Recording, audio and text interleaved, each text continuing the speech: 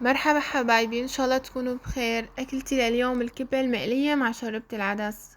ان شاء الله تنال اعجابكم. ليوصلكم كل جديد لايك لو سمحتوا للفيديو واشتراك بالقناة. رح نبدأ الوصفة مع بعض. رح احتاج لكاستين من البرغل الناعم، رح احتاج لبصلة قياس وسط، ورح احتاج لمعلقة صغيرة من الملح وفلفل نص معلقة. بما اني استعملت كاستين من البرغل الناعم راح احتاج 250 جرام من اللحمة الناعمة. راح تحتاج تنزيل مرتين بالماكينة، هاي اول مرة.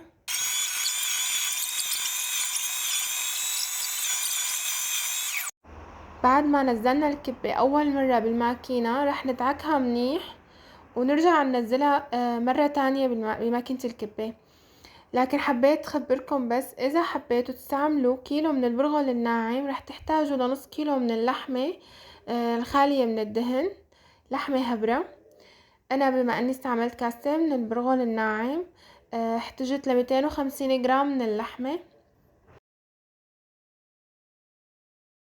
رح بلش اعمل حشوة الكبة. رح احتاج لبصلتين، رح احتاج 500 جرام من اللحمة الناعمة الهبرة. رح اقلي اللحمة واضيف الملح والفلفل. رح اضيف الجوز اما المبشور او المقطع حسب الرغبة، واذا كان الجوز ماله متوفر فما في اي مشكلة، تطلع كمان ظريفة. انا حبيت بس ادعمها. هلا اجينا لاهم خطوة وكتير بنات بيلاقوها صعبة. رح اعمل كرات قبل ما كبكب.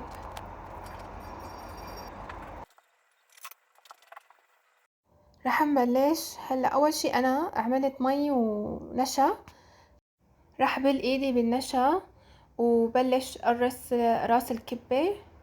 طبعا النشا هو كتير منيح بانه ما يشقق قرص الكبة وما يلزق قرص الكبة بايدنا. رح نعمله بهدوء بالبداية، ورح نسكر اصابعنا على القرص حتى ياخد الشكل. رح احط اللحمة بقلب القرص مثل ما كنتم شايفين معنا سميكة الكبة. رح ابل اصابيعي كمان مشان ما تلزق بايدي، ورح احاول سكر اول شي جنب، ورح سكر الجنب التاني.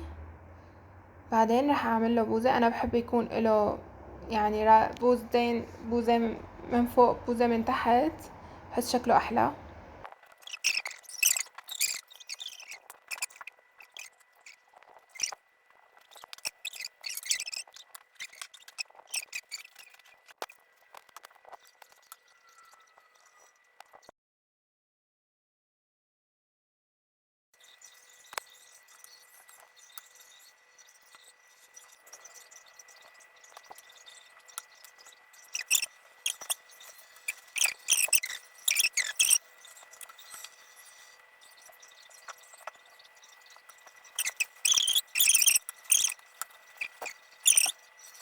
هيك خلصت تقريص الكبة وما كانت صعبة ابدا، كمية قليلة.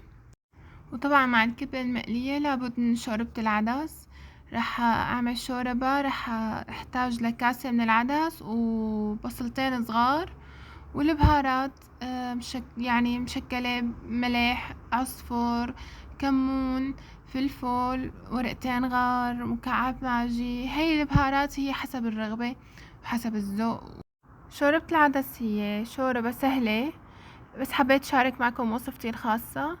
رح اضيف تقريبا 3 كاسات مي سخنة، ورح احطها على النار وغطيها لتستوي، ونوس تحتها لما اشوف انه استوت. هلا بنيجي للخطوة الاخيرة وهي قلي الكبة. حبيت خبركم انه لازم نكون متأكدين انه الزيت حامي قبل ما ننزل الكبة. هالشي ضروري حتى الكبة ما تغب زيت وحتى ما تشقق معنا، وهي النتيجة انه يكون معنا هاللون الذهبي. حبيت فرجيكم النتيجة النهائية، انه قرص الكبة رقيق ومدعوم وكتير ظريف. وهيك خلصت اكلتي لليوم، شوربة العدس مع الكبة المقلية. ان شاء الله تنال اعجابكم والف صحة وهنا. ما تنسونا من اللايك والاشتراك بالقناة حتى يوصلكم كل جديد. سلام.